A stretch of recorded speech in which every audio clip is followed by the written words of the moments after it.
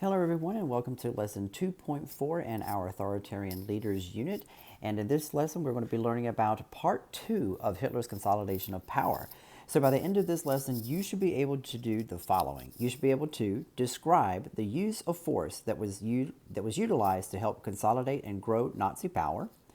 You should be able to explain the varying groups that opposed the Nazi regime in Germany and how they were dealt with. And lastly, you should be able to explain how the charismatic leadership and use of propaganda helped Hitler consolidate his power.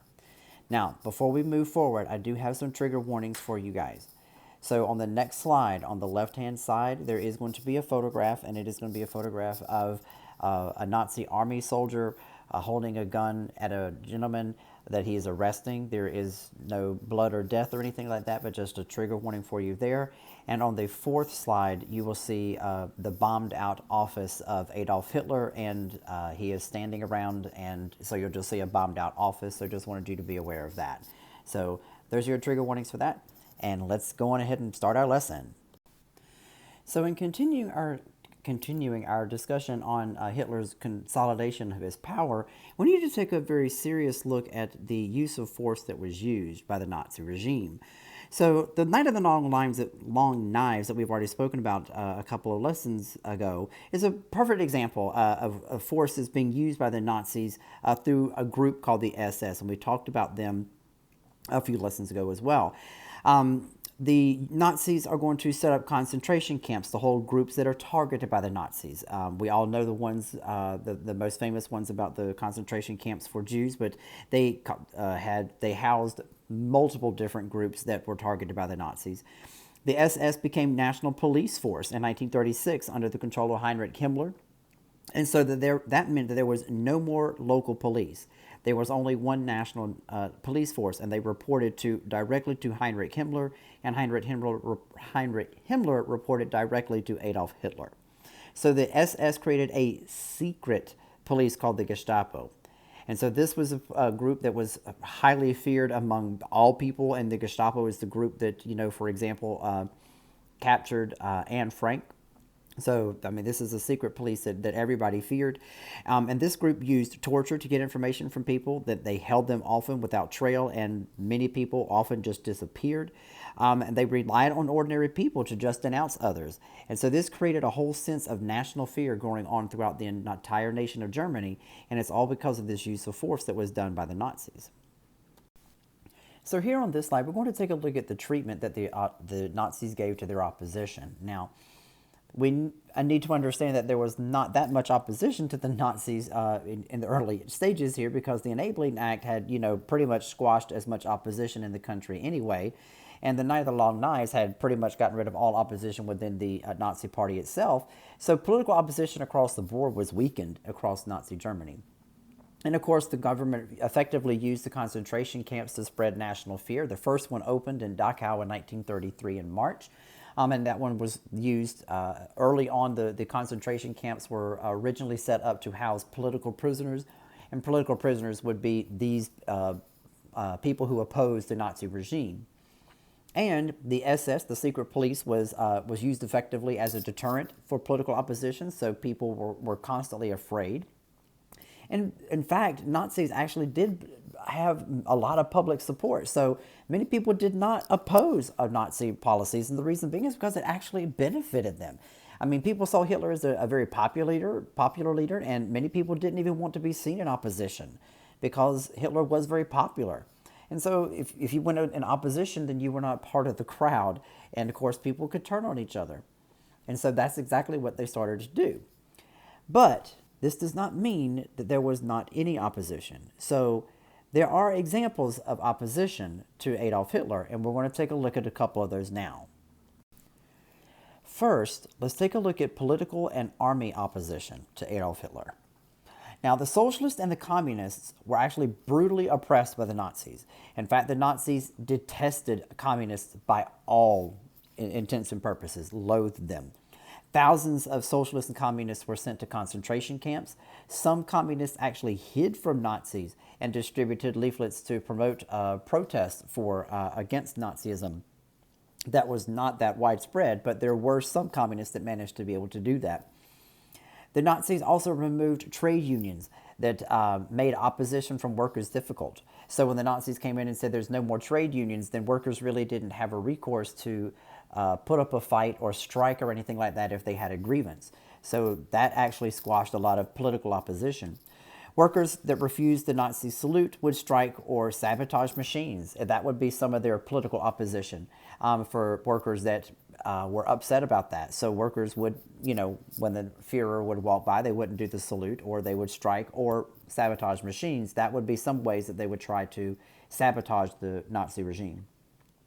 And of course, the opposition from the military grew as World War II dragged on. So as the war goes on and on and on, and the Nazis start to realize that it's not going to possibly go well for them, here's a couple of examples of that. The Kreisau Circle, made of high-ranking Nazi generals and aristocrats. That particular group was in opposition to Adolf Hitler, and they tried to overthrow him. There was the July bomb plot in 1944, which is photographed here, was an attempted assassination attempt on Adolf Hitler. And then after these particular, the Kreisau Circle and the July bomb plot, Adolf Hitler actually had several leaders executed after these events because Hitler realized that he's having turmoil within the Nazi regime itself. And here we're going to talk about youth opposition. Yes, youth, guys your age. They're going to be, their own organized opposition to Adolf Hitler. So youth opposition centered around individual freedoms. Just think of you guys are teens. You can relate to this. These guys are thinking we want to have our own individual freedoms. A group called the White Rose Group opposed Nazi euthanasia policies for mentally and physically disabled people. So this White Rose Group, they realized that the Nazis were doing something atrocious to these individuals, and so they started their own protest against the Nazi regime for that. The leaders, Hans and Sophie Scholl, these two individuals distributed leaflets and then opposing the Nazi regime, and sadly for those individuals, they were executed in 1943. Other youth opposition groups opposing Hitler's authoritarian rule and the Hitler Youth program. So remember, the Hitler Youth was the ones that all the kids who were pro-Hitler, they joined. So these groups were the anti-Hitler groups. So you had the Edelweiss Pirates, the Swing Youth, and the Navajos. And so the Swing Youth, these are the groups that would actually play swing music and listen to swing music, and that was very American, and that was against the Nazi rules.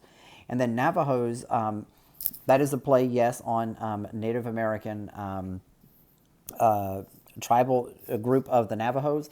And again, that is a signal back to the United States or back to the Americas, which again is against Nazism. So that's the reason why they were using an American term there. There was religious opposition to the Nazis, believe it or not.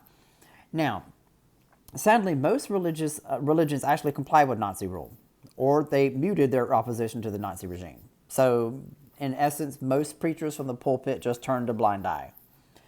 However, there were a small group of individuals who opposed Hitler. So, one of these is Dietrich Bonhoeffer, and he actually helped set up a confessional church.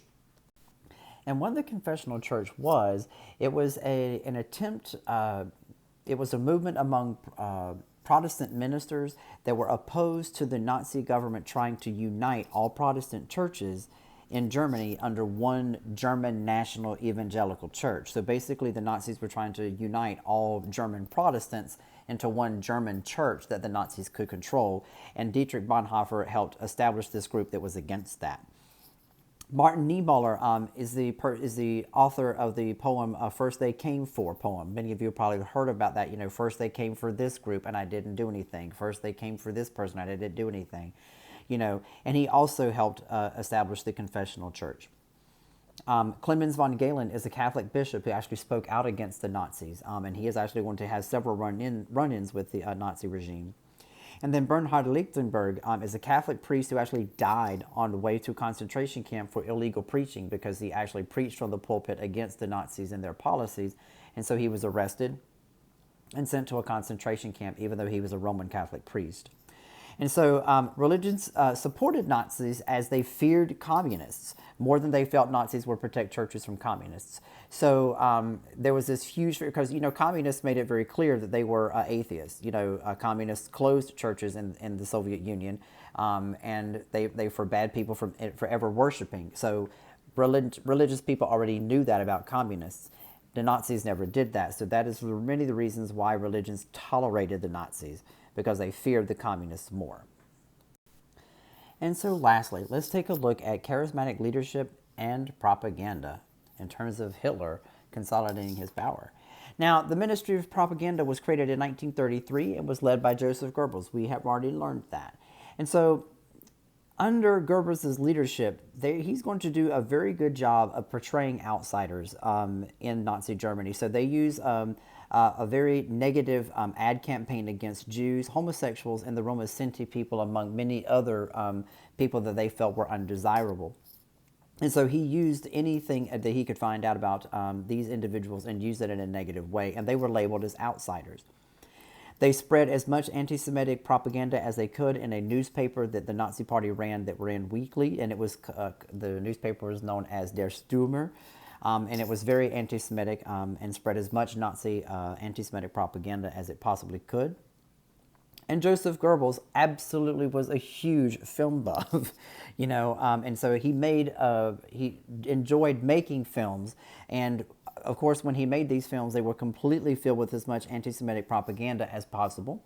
And a couple examples of those are a film called The Triumph of the Will, and this showed massive Nazi rallies. So this particular film was designed to instill national pride to the German people, to show them the Nazi rallies and how happy everybody was. So it was designed to do that. And to also instill anti-Semitic, preaching, because obviously they would talk about that anti-Semitic viewpoint at these rallies. And then, The Eternal Jew and Sus the Jew are two other examples that are very anti-Semitic films that the Nazis created under the leadership of Goebbels. The Nazis used photography, literature, music, books, anything to send propaganda. So this was not something that was... that there was not many resources the Nazis did not use at their disposal. The Nazis outright banned the works of Pablo Picasso, Claude Monet, Karl Marx, Friedrich Engels, and Sigmund Freud. Well, some people will be like, well, Sigmund Freud was Austrian. Correct, but he was Jewish. And of course, and at the same time, they did not agree with many of his findings anyway. So a lot of these very popular 20th century artists and philosophers and psychologists, etc., were banned in Nazi Germany because it went against what the Nazis felt was normal, traditional standards. And that concludes Lesson 2.4, Hitler's Consolidation of Power, Part 2. Now, can you describe the use of force that was utilized to help consolidate and grow Nazi power? Can you explain the varying groups that opposed the Nazi regime in Germany and how they were dealt with? And can you explain how the charismatic leadership and use of propaganda helped Hitler consolidate his power? If you can, pat yourselves on the back, because you did an amazing job. Now, at this point, if you'll take a look to see if there's any activities for Lesson 2.4, if there are, complete that and then move on to Lesson 2.5. Thank you so much for your time. Have a wonderful day.